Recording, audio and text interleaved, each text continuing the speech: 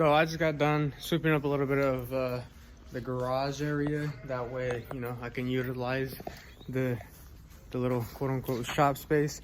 Also, that way I'm not just laying down on like some like hella dirty ass fucking floor.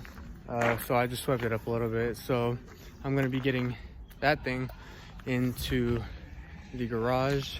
That way I can get it jacked up and everything to start this, I guess, breakdown. So let's go off first glance. At first glance, this looks like actually pretty decently clean engine bay. No leaks whatsoever, really. But the fact with the Volkswagens is, I mean, everything's hidden. I mean, clearly you can see this tape on the secondary air pump hose, but that's usually for like cold starts. So what we're gonna be doing is pretty much we're gonna take off the valve cover, you know, clean all this up a little bit, move all these hoses, take them off. That way I can actually inspect to see if this coolant pipe is leaking, which usually on the 1.8Ts, they usually leak. So we'll probably replace that if I have an extra, which I'm pretty sure I do. If not, they're like $24 at AutoZone O'Reilly's. So I can get that and then check underneath the intake manifold, which usually has some of the biggest like boost leaks, which actually you can't tell. I can't get it to focus really. But if you see that pipe straight underneath right here, that it has an O-ring underneath it that usually leaks over time because they never get replaced. So what I'm going to end up doing is just pretty much handle everything up here, and then I'll probably handle all the axle stuff and everything at the bottom at the end, or vice versa. I think I probably might start with the axles first, just because it's from the bottom, and then I can just work my way up and just leave this for me to finish at the end. So stay tuned. I got the wheel off on the driver's side.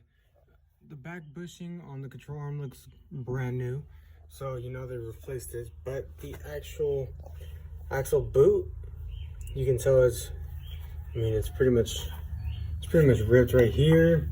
So the axle is pretty much flung out everywhere, and as you can tell, there's fresh fluids from somewhere up here that are leaking. So we're going to be replacing this driver's side axle. Now just to check the passenger side. Hopping on to side number 2. On this side, probably a little bit worse. So there's obviously more buildup of oil from the boost pipe, from the pancake on top. There's definitely leaks going on there. There's leaking on the block that's behind this pulley. The axle boot itself is ripped. So pretty sure most of this is probably going to be axle grease. So I'm going to replace that as well. And honestly, just to keep continuing, just to search for things as I go. So yeah, let's see what else we can find. I know I said I was gonna work from the bottom up, which I am. I'm just pretty much just cleaning this all up. That way I can actually see more in depth of what actually is wrong.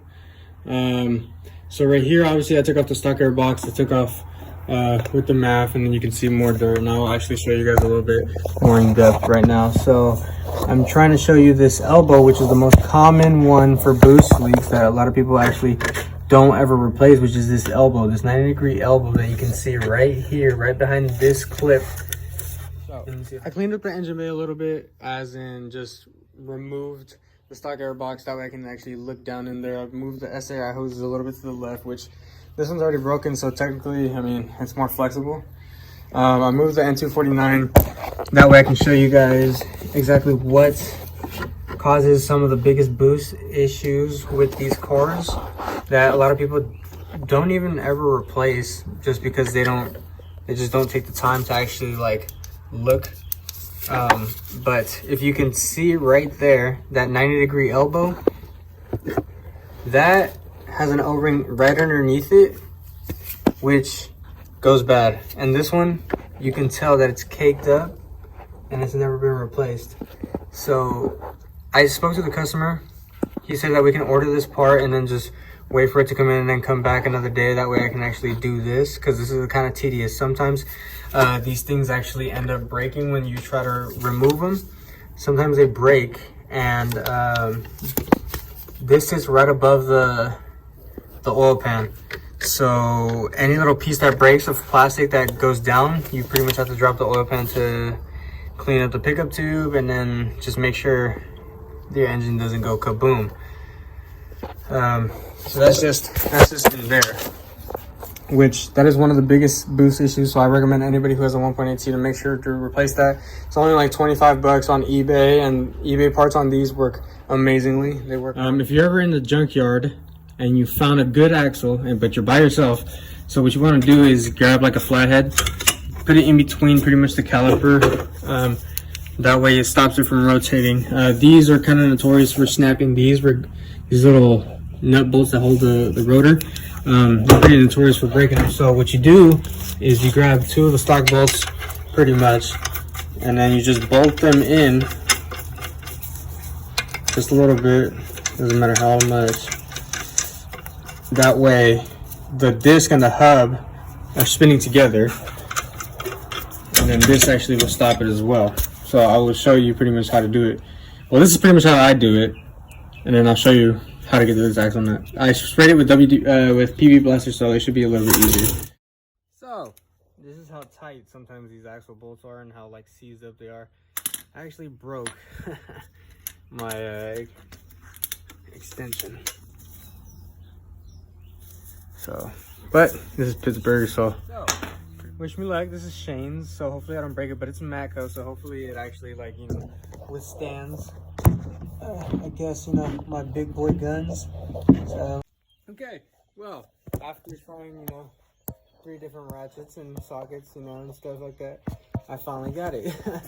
So the problem was that obviously my ratchet was too big for the breaker bar that I was going to be using, so I ended up having to find my old Craftsman ratchet, which is flat enough to where that I can get the actual, you know, can actually get the pry bar into it.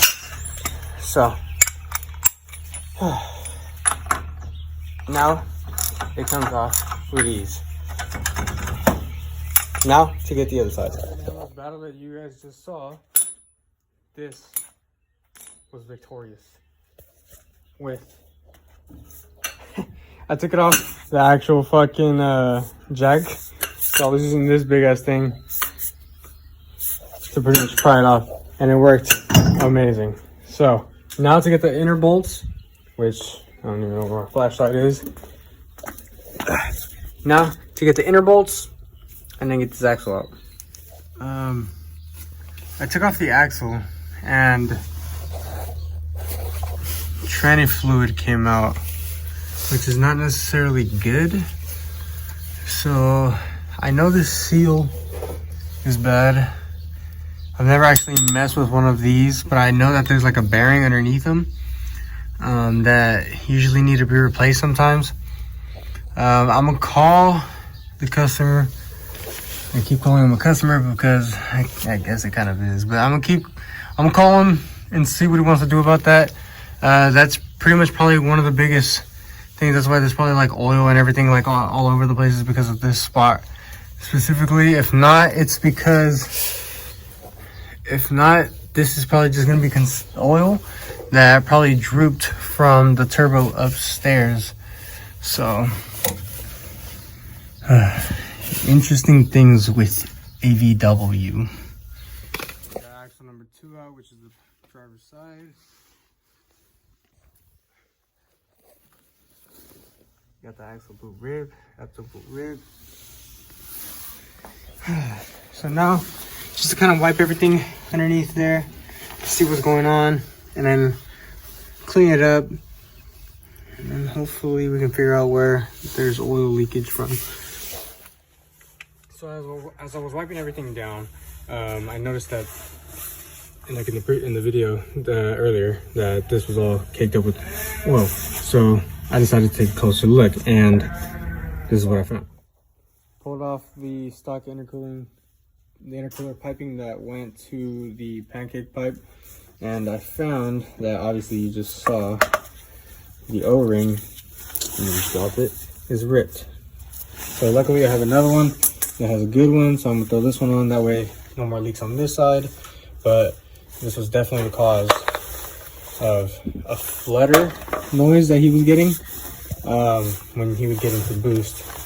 So time to put this on, clean it up. Well, I already cleaned it up, but time to put it on, clean up a little bit around this, and then put the pancake pipe back on, and then fill it up. With the intercooler piping, putting the intercooler piping back on, coming onto the driver's side so I can get this axle on.